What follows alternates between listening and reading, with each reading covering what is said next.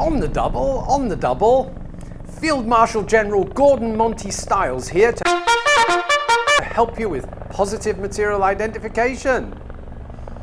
Do you know how to defend yourself and your business against the dangers of using non-conforming materials? Don't apologise to me and refer to me always as Sergeant, you understand? Sergeant! Oh, a lot louder! Sergeant! A lot shagging louder! In this video on positive material identification for metals, we'll teach you how to neutralize threats to your critical material supply chain. 10 hut!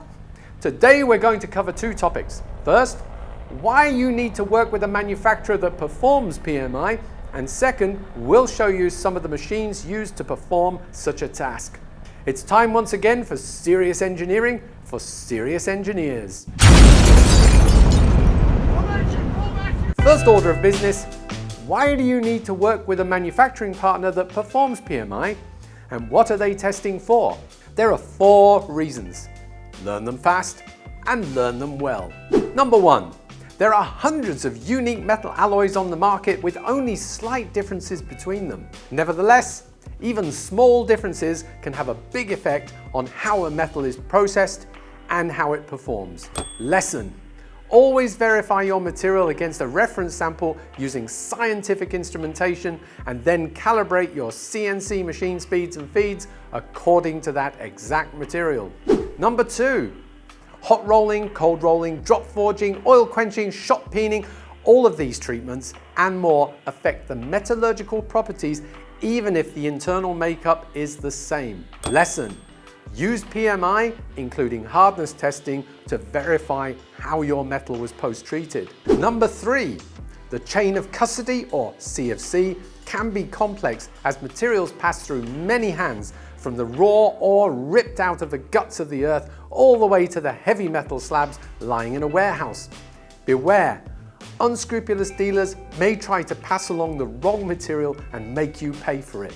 Lesson: I pity the fool who only believes what the paper trail says. Verify with PMI. Oh, I like the sound of that. Verify with PMI. Verify with PMI. I'm going to keep that one. Number 4. Using non-conforming material, even unknowingly, can put lives at risk and jeopardize large, complex construction projects. It can also involve you and your company in serious criminal penalties. Lesson: you are ultimately responsible for protecting your business and your reputation. Insist on working only with qualified supply chains. If they can't prove it, it's time to move it. To purge non-conforming metals from your supply chain, we need some powerful weapons. First up, the Hitachi XRF 8000. This little beauty is military spec tough, so we use it in the lab and in the field. It's our daily go-to for quick, reliable XRF analysis of metal stock. Let's blast a few samples and make them talk. You got that? Didn't even leave a scratch.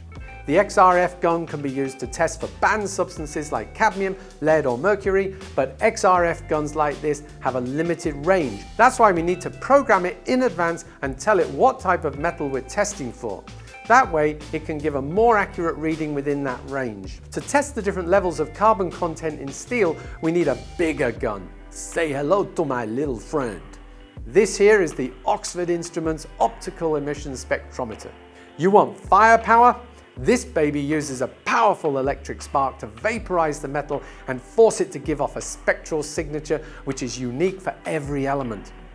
The resulting spectra passes through a gradient filter where it's analyzed and compared to an onboard database. The OES tells you the relative concentration of the elements in your sample, and that's important for determining the grade of stainless steel that you're working with, for example. And why is that important? Because the carbon content determines how corrosion resistant your alloy is, whether it's free machining, if it can be welded, or even metal 3D printed. As you can see, the OES does leave a scorch mark, what we call a spark site, on the test sample. So we use it to test raw stock or an inconspicuous area of a finished part. Okay, you slugs, there you have it. Positive material testing for metals. Have you learned your lesson? Don't cut corners, don't take chances, don't trust the paper trail, only work with suppliers that can guarantee 100% PMI for all raw materials they use to make your parts and tools. Okay, you know what to do. Hit the bell, hit that like button, subscribe and share, or I'll make you drop and give me 25. And that was Serious Engineering for Serious Maggots.